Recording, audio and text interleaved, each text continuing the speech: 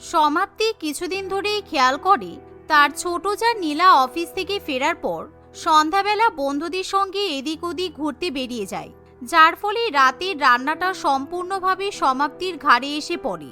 নীলা যদিও বা কোনো কোনো দিন বাড়িতে থাকে, তবুও সে রাত্রিবেলা কারোর জন্য রান্না করে না।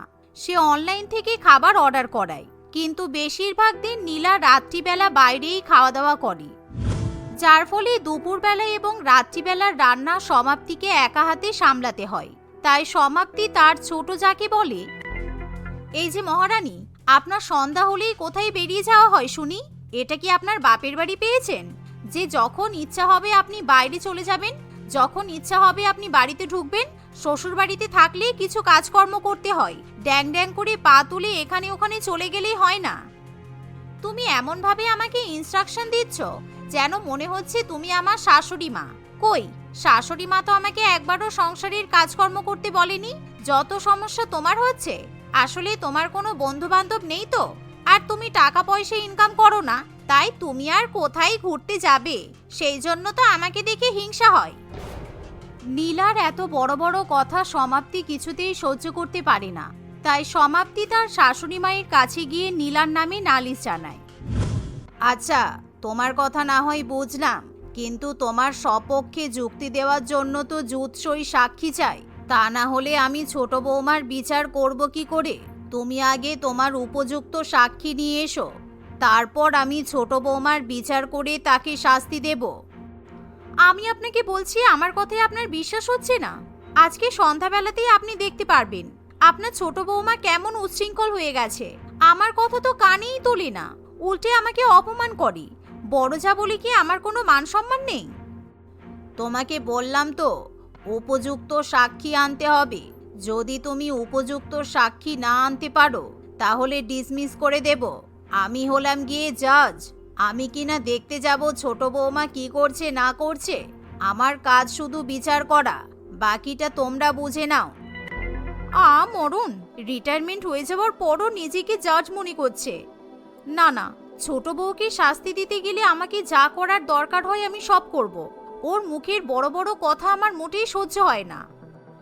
আসলে অরুণিমা দেবী হাইকোর্টের জাজ ছিলেন। সারা জীবন তিনি শুধু বিচারই করে এসেছেন।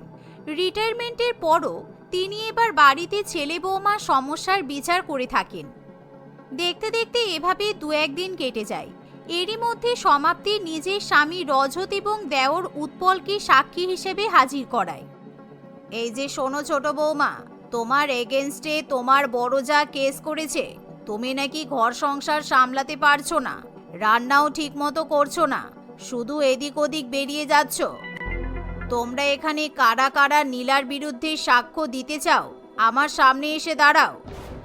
এই শুনে রজত এবং উৎপল তাদের মায়ের সামনে গিয়ে দাঁড়ায়, যা দেখে নীলা ভীষণই আশ্চর্য হয়, কারণ নীলা আগে কখনো এরকম বিচার দেখেনি। মা, বৌদি যা বলছে একদম ঠিক কথাই বলছে। নীলা মোটেই রান্নাবান্না করে না, আর সংসারের কাজকর্মও করে না, সারাদিন খালি টই টই করে ঘুরে বেড়াই। তোমার নীলাকে দিয়ে ঘরের কাজকর্ম করানো উচিত। বৌদি এক হাতের কতটাই বা সামলাবে। নীলা, তুমি সংসারকে অবহেলা করে কিন্তু একদমই ঠিক করছো না। হ্যাঁ মা, আমি উৎপলকে সাপোর্ট করছি, আর সমাপ্তি যে নীলার এগেনস্টে কেস করেছে সেটা সম্পূর্ণ সত্য, একথাও দাবি করছি। আর আমি প্রত্যেক দিনই নীলাকে বান্ধবীদের সঙ্গে বেরিয়ে যেতে দেখি। আমার মতে নীলার এইরকম করে একদমই উচিত নয়। তোমার নীলাকে শাস্তি দেওয়া উচিত। সমস্ত সাক্ষ্য প্রমাণ এই দিকেই ইঙ্গিত করছে যে ছোট বৌমার ভুলের জন্য বড় বৌমার এবং সংসারের অনেক অসুবিধা হচ্ছে। তাই ছোট বৌমা তোমাকে শাস্তি পেতে হবে। শাস্তি স্বরূপ তোমাকে সকালবেলা 1 মাস রান্না করে অফিস যেতে হবে, আবার অফিস থেকে বাড়ি ফিরে এসে রাত্রিবেলাও রান্না করতে হবে। তারপরে যদি তুমি শুধরে যাও তো খুব ভালো কথা, না হলে আবার তোমার বিচার করা হবে। এসব আপনি কি বলছেন? আমি কিছুই বুঝতে পারছি না। আমি শ্বশুর বাড়িতেই আছি নাকি কোনো কোর্টে দাঁড়িয়ে আছি? আমার তো কিছুই মাথায় ঢুকছে না। তাছাড়া আমি তো রান্না বান্না করতেও জানি না। সকালবেলা রান্না করে অফিসে যাওয়া আমার পক্ষে মোটেই সম্ভব নয়, তার উপর আবার বাড়িতে এসেও রান্না করা, আমি তো পারবোই না। শোনো, এটা শ্বশুর বাড়ি, তোমার বাপের বাড়ি নয়। এখানে এই করতে পারবো না সেই করতে পারবো না বললেই হয়ে যাবে? তুমি যদি রান্না বান্না করার শাস্তি না নিতে পারো তাহলে তোমাকে জরিমানা হিসেবে নিজের বদলে একটা রান্নার লোক রেখে দিতে হবে, যে তোমার হয়ে প্রত্যেক দিন 2 বেলা রান্না করবে? এই শুনে নীলা বড্ড বিপদে পড়ে, কারণ নীলা একটা কল সেন্টারে জব করে, তাই তার পক্ষে রান্নাবান্না এবং অফিস সামলানো একসাথে সম্ভব নয়। তার উপর তার মাহিনাও খুব একটা বেশি ছিল না, কিন্তু তবুও নীলা কম টাকা বেতনে একটা রান্নার লোক রাখতে রাজি হয়। কিন্তু মনে মনে নীলা তার শ্বশুরবাড়ির প্রত্যেকের উপর চটে থাকে, বিশেষ করে উৎপলের উপর। এই যে তুমি নিজের বউকে ছেড়ে অন্যের বউয়ের কেসে সাক্ষী দিলে, তোমার একবারও মনে ভয় হলো না? আসলে আমার তোমাকে বিয়ে করাটাই উচিত হয়নি। আমি যদি জানতাম তুমি এরকম ছেলে, আমি তো বিয়ের দিনেই তোমাকে রিজেক্ট করে দিতাম। না না, তুমি আমাকে ভুল ভাবছো নীলা। আসলে বৌদি বলছিল যে। এই যে উৎপল আর রজত, তোমরা 2 ভাই কান খুলে শুনে রাখো। কালকে মা নীলার বিচার করবে। সেই বিচারে তোমরা 2 ভাই কিন্তু আমার হয়ে সাক্ষী দেবে। আমি তোমাদের যা শিখিয়ে দেব তোমরা সেটুকুই বলবে। তোমরা যদি আমার হয়ে সাক্ষী না দাও, তাহলে কিন্তু তোমাদের দুজনকে আমি প্রত্যেক দিন কাঁচকলা ভাতে খাইয়ে রাখবো। আর যদি তোমরা আমার কথা শোনো তাহলে তো খুব ভালো। আমি টানা 1 সপ্তাহ তোমাদের পছন্দ মতো মটন বিরিয়ানি, মোরগ পোলাও, মটন ডাক বাংলো, চিকেন দো পেঁয়াজা রান্না করব। তোমরা যা বলবে তাই রান্না করে খাওয়াবো। সমাপ্তির কথা শুনে উৎপল কিংবা রজতের কিছু করার থাকে না, কারণ নীলা মোটেই রান্না বান্না করতে পারতো না। আর অরুণিমা দেবী সারা জীবনে একদিনও রান্না করেনি। বাড়িতে শুধুমাত্র সমাপ্তি ভালো ভালো খাবার রান্না করতে পারত। তাই শুধুমাত্র ভালো খাবার খাওয়ার লোভে পড়ে সমাপ্তির কথাই উৎপল এবং রজত রাজি হয়ে যায়, আর তারা নীলার বিরুদ্ধে মায়ের সামনে সাক্ষী দেয়। বাহ, ওই একটুখানি খাবারের জন্য তুমি তোমার বউয়ের মান সম্মানের কথাও চিন্তা করলে না? ছি, তুমি যে এত বড় পেটুক আমি জানতাম না। তোমার নিজেরও তো লজ্জা হওয়া দরকার। এভাবে নীলা উৎপলকে অনেক কথা শুনিয়ে দেয়, কিন্তু এখন আর নীলার কিছু করার থাকে না। সে নিজের টাকা খরচা করে রান্নার লোক রেখে দেয়, কিন্তু এতে করে নীলা খুবই বিরক্ত বোধ করে। অন্যদিকে যেই বাড়িতে রান্নার লোক রান্না করতে আসে, সমাপ্তি তখনই তাকে বেশি বেশি করে রান্না করতে বলে। তুমি আজকে আমার জন্য চাইনিজ আইটেম রান্না করো, fried rice, wonton soup, spicy chicken, garlic noodles, এগুলো। আরে দাঁড়ান দাঁড়ান, আপনি তো দিব্যি গড়গড়িয়ে খাবারের নাম বলে যাচ্ছেন। এদিকে আমি বেতন পাবো মাত্র 2000 টাকা। অবশ্য ম্যাডাম আমাকে যা টাকা দেবে তাতে চাইনিজ কেন? আপনাদের তো আমার সিদ্ধ ভাত রান্না করে দেওয়া উচিত। তবুও আমি দয়া করে আপনাদের জন্য সবজি ভাত রান্না করছি। তাহলে তোমার ম্যাডামকে টাকা পয়সা বাড়াতে বলো। তোমার ম্যাডাম কম টাকা দিলে আমরা কি করতে পারি? তাই বলি কি আমরা খাওয়া দাওয়া করব না? আমি আজকে যে আইটেমগুলোর নাম বললাম সেগুলো তুমি আমাকে রান্না করে দাও। তোমার যা টাকা এক্সট্রা হবে তুমি তোমার ম্যাডামের কাছ থেকে বুঝে নেবে। এভাবে সমাপ্তি জোর করে সুপর্ণাকে দিয়ে আচ্ছা করে চাইনিজ আইটেম রান্না করায়। কিন্তু সেদিন অত বেশি খাটাখাটনি করার ফলে সুপর্ণা খুবই রেগে যায়, আর সে সোজা নীলার কাছে গিয়ে 2000 টাকা দাবি করে বসে। কিন্তু তোমার সাথে তো আমার 1000-এর কথা হয়েছিল, তাহলে তুমি আবার 2000 টাকা চাইছো কেন? আমি তোমাকে বলেছিলাম 1000 টাকা নিয়ে যা পারবে তাই রান্না করে দেবে। আমি তোমাকে মোটেই 2000 টাকা দিতে পারবো না। আপনার বড় যা আমাকে দিয়ে গাদাখানিক চাইনিজ খাবার রান্না করিয়েছে। আমি যখন এত খাটাখাটনি করেছি তখন নিজের টাকাটা আমি বুঝে নেব না? এমনিতেও আমি নর্মাল রান্না বান্না করার জন্য 4000 টাকা চার্জ করি, কিন্তু আপনার মতো গরিবের মুখ দেখে আমার মায়া হলো, তাই আমি 1000 টাকায় সিদ্ধ ভাত রান্না করতে রাজি হয়েছিলাম। কাজের মেয়ের মুখে এমন অপমানজনক কথা শুনে নীলার খুব খারাপ লাগে, তাই সে বাধ্য হয়ে সুপর্ণাকে 2000 টাকা দিয়ে দেয়। কিন্তু সুপর্ণার কিছুতেই সেই বাড়িতে কাজ করতে চায় না, যার ফলে নীলা প্রচন্ড পরিমাণে রেগে যায়, আর সে সোজা শাশুড়ি মায়ের কাছে গিয়ে নালিশ জানায়। আপনি তো আপনার বড় বৌমার কথাই সায় দিয়ে আমাকে শাস্তি দিলেন। আমি একটা রান্নার লোক রেখেছিলাম, আপনার বড় বৌমা সেই রান্নার লোককে দিয়ে অনেক অনেক রান্না করিয়েছে বলে রান্নার মেয়েটা আমার কাজটা ছেড়েই চলে গেল। আপনার এই নিয়ে কিছু বলার নেই? তুমি এক কাজ করো, ওই রান্নার মেয়েটিকে আমার সামনে নিয়ে এসো। আমি সেই মেয়েকে আগে জিজ্ঞাসা করব, সে সত্যি যদি সাক্ষ্য দিতে পারে তাহলে আমি আমার বিচার অনুযায়ী বড় বৌমাকে শাস্তি দেব। পরের দিন নীলা সেই কাজের মেয়েটিকে ডাকতে চলে যায়, কিন্তু সুপর্ণা কিছুতেই আসতে না চাইলে নীলা বাধ্য হয়ে তাকে 500 টাকার বিনিময়ে বাড়িতে নিয়ে আসে। হ্যাঁ ম্যাডাম, আসলে আপনার বড় বৌমাই আমাকে দিয়ে অনেক রান্না বান্না করিয়েছিল। আপনি বলুন, আজকালকার যুগে সামান্য টাকা দিয়ে কত রান্না বান্না করানো যায়? আমি বাবু অল্প পয়সায় এত রান্না করতে পারবো না, তাই আমি কাজ ছেড়ে দিয়েছি। সুপর্ণার কথা শুনে অরুণিমা দেবী সমাপ্তিকেই দোষী সাব্যস্ত করে।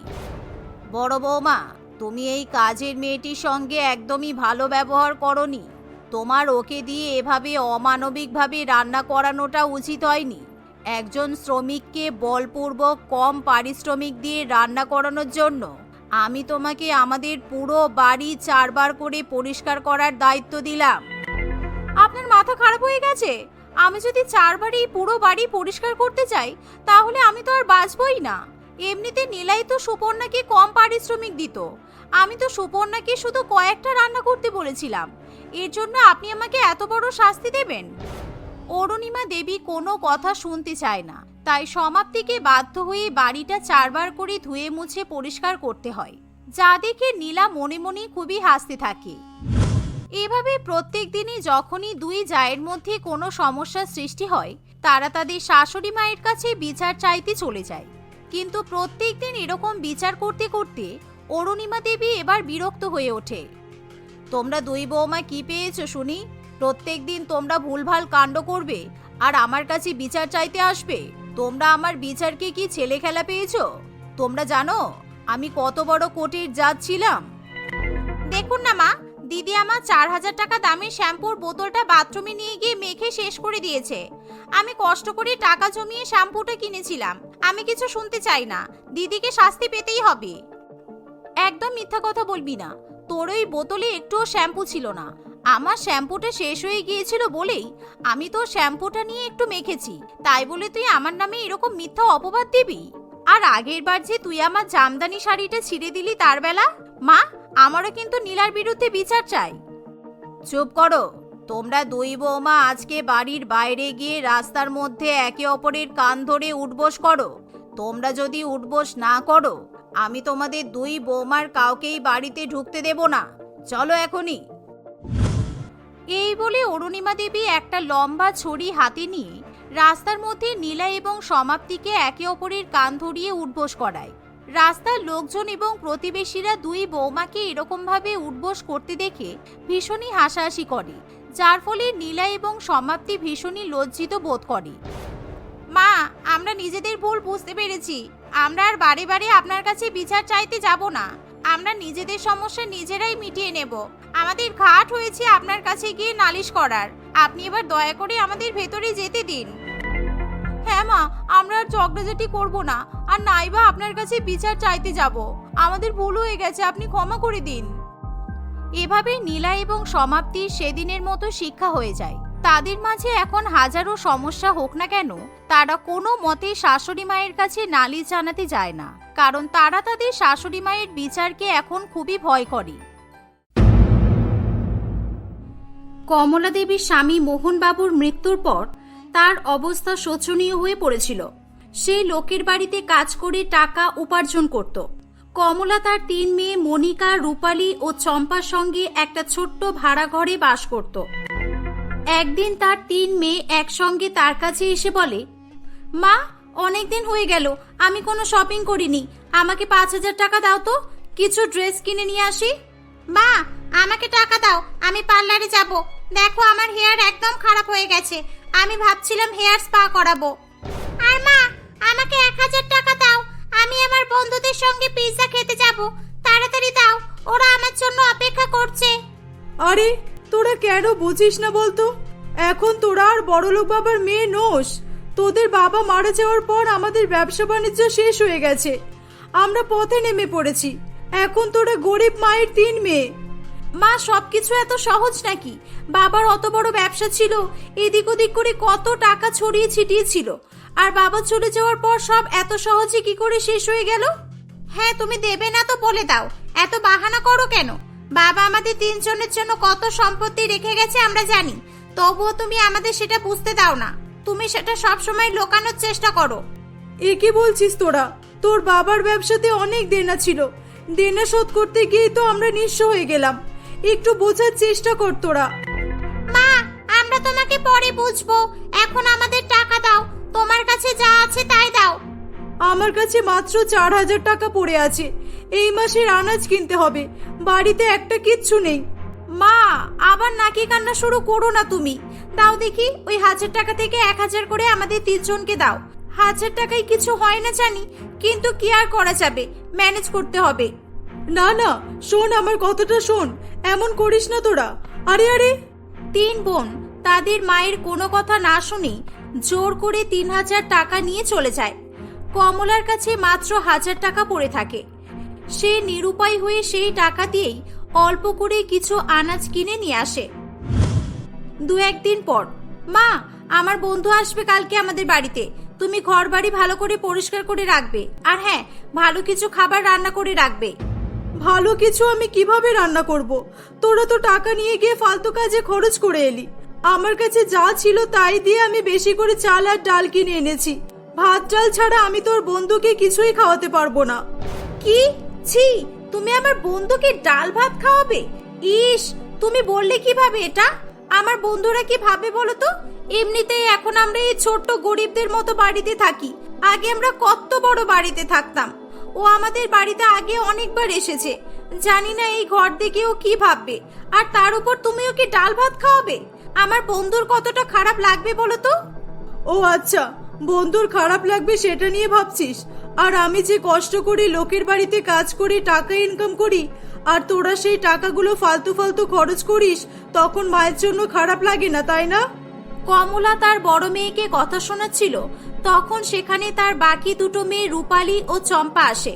তারা দুজনেই হাতে একটা করে কোল্ড ড্রিঙ্কসের বোতল নিয়ে এসেছিল। রূপালী ঘরে এসে কোল্ড ড্রিঙ্কসের বোতলটা ছুঁড়ে ফেলে দেয়। মা, এই কোল্ড ড্রিঙ্কসটা খুব বাজে খেতে। ছি, মুখ নষ্ট হয়ে গেল। মা, আমার জন্য লেবু জল বানিয়ে নিয়ে এসো তো তাড়াতাড়ি, আমার খুব পিপাসা পাচ্ছে। বাবা, মাকে কিছু আর বলিস না, মায়ের তো বাহানা শেষ নেই। কি মা, রোজ রোজ তুমি একই জিনিস নিয়ে কেন শুরু করো? আরে আমাদের টাকার দরকার, তুমি দাও না কেন টাকা বলো তো? আমি কোথা থেকে টাকা পাবো বল তোরা? আমি লোকের বাড়িতে কাজ করে লক্ষ টাকা তো ইনকাম করছি না, তাই না? আমার একার উপর তোরা এত চাপ দিলে কি করে হবে? তোদের তো আমার পাশে দাঁড়ানো উচিত। তোরা 3 জন তো কোনো কাজ করতে পারিস। কি, আমরা কাজ করব? আমাদের এখন কাজ করার বয়স হয়নি।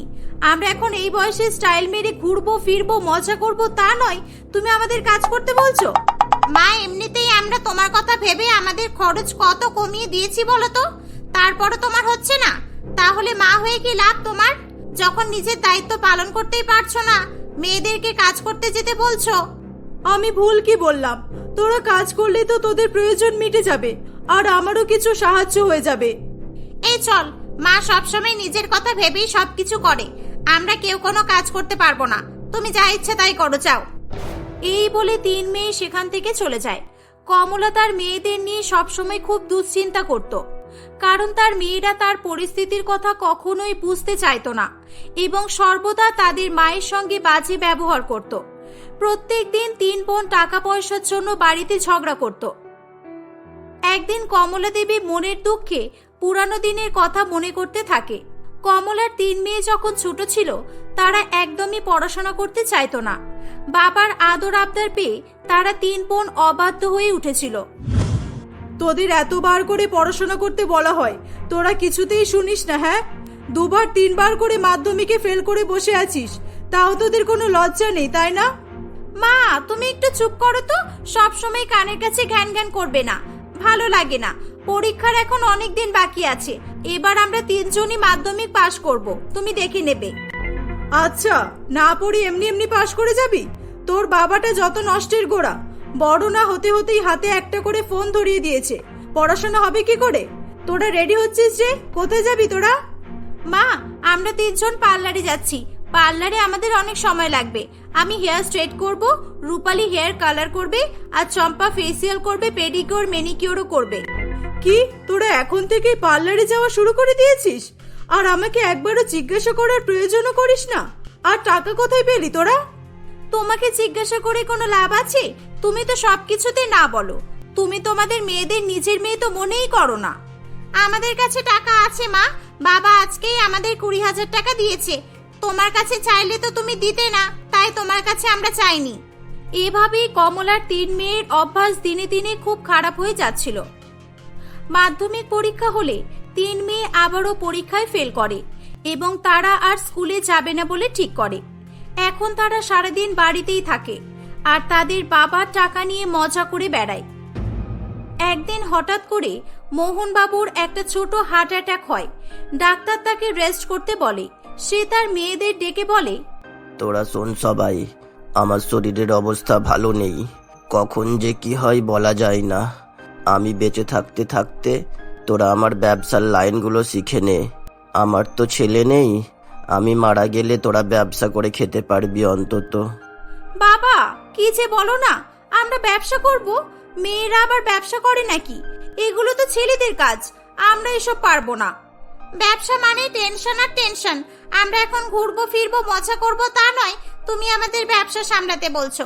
আর তাছাড়া এসব ব্যবসা ট্যাবসা আমাদের দ্বারা হবে না। কেন হবে না? নিশ্চয়ই হবে। পড়াশোনা তো করলি না তোরা, মূর্খ তৈরি হয়েছিস।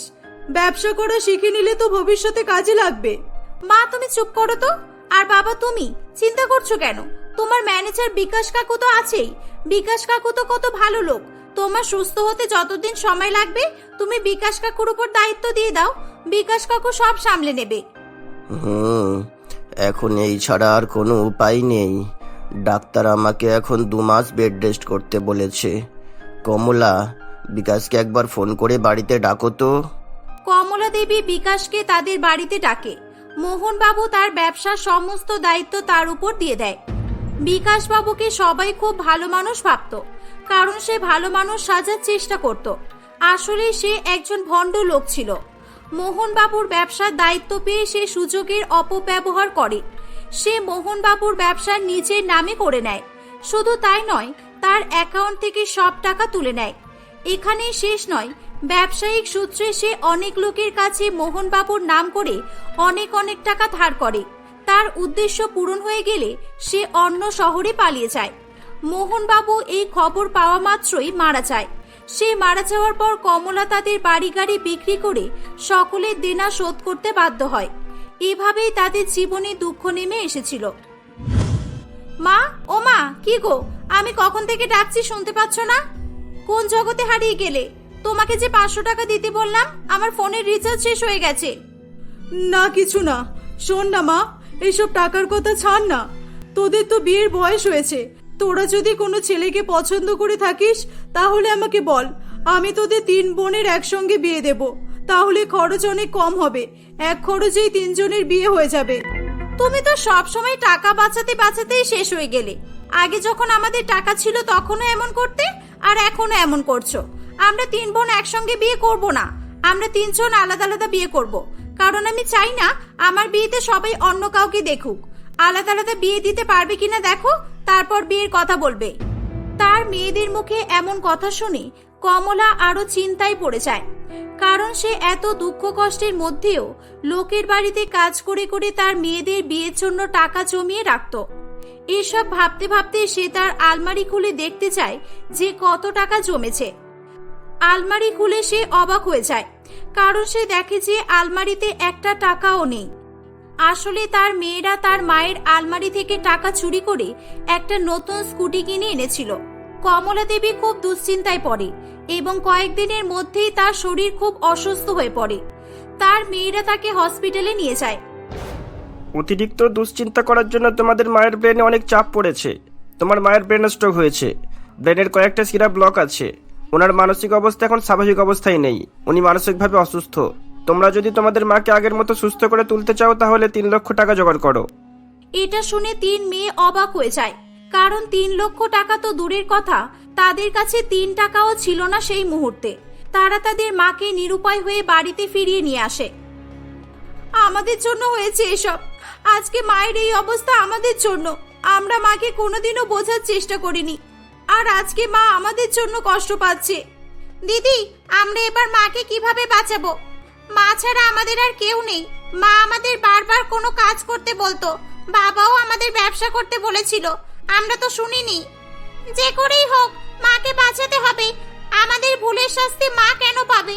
দিদি চল, আমরা 3 জন মিলে কোনো কাজ করা শুরু করি। আমরা টাকা উপার্জন করে মায়ের জীবন বাঁচাবো। হ্যাঁ ঠিক বলেছিস, কিন্তু কি কাজ করব বলতো? আমরা কোনো কাজ করতেও পারি না তো। দিদি চল আমরা আমাদের স্কুটি বিক্রি করে দিই আর একটা ছোট ব্যবসা শুরু করি। আর আমাদের সোনার কানের দুল যেগুলো মা আমাদের বিয়ের জন্য বানিয়ে রেখেছে না, ওগুলোও বিক্রি করে দিই চল। এখন মায়ের জীবনের চেয়ে বড় কিছু না আমাদের কাছে। তিন বোন তাদের বিয়ের জন্য তৈরি করে রাখা সোনা গহনা এবং স্কুটি বিক্রি করে দিয়ে 1 লক্ষ টাকা জোগাড় করে। সেই টাকা দিয়েই তারা একটা জামা কাপড়ের দোকান খোলে। তারা তাদের ইনকামের টাকা মায়ের চিকিৎসার জন্য সঞ্চয় করতে থাকে। কঠোর পরিশ্রম করার পর তারা 3 লক্ষ টাকা উপার্জন করতে সক্ষম হয়। অপারেশনের ফলে কমলা দেবী সুস্থ হয়ে ওঠে। 3 মেয়ে জামা কাপড়ের ছোট্ট দোকানটা এখন অনেক বড় দোকানে পরিণত হয়েছিল। কমলা দেবী তার মেয়েদের এই সাফল্য দেখে খুব খুশি হয়। 3 বোন আর কখনোই তাদের মায়ের মনে কষ্ট দেয় না। তারা তাদের মাকে সব সময় সুখে রাখার চেষ্টা করে।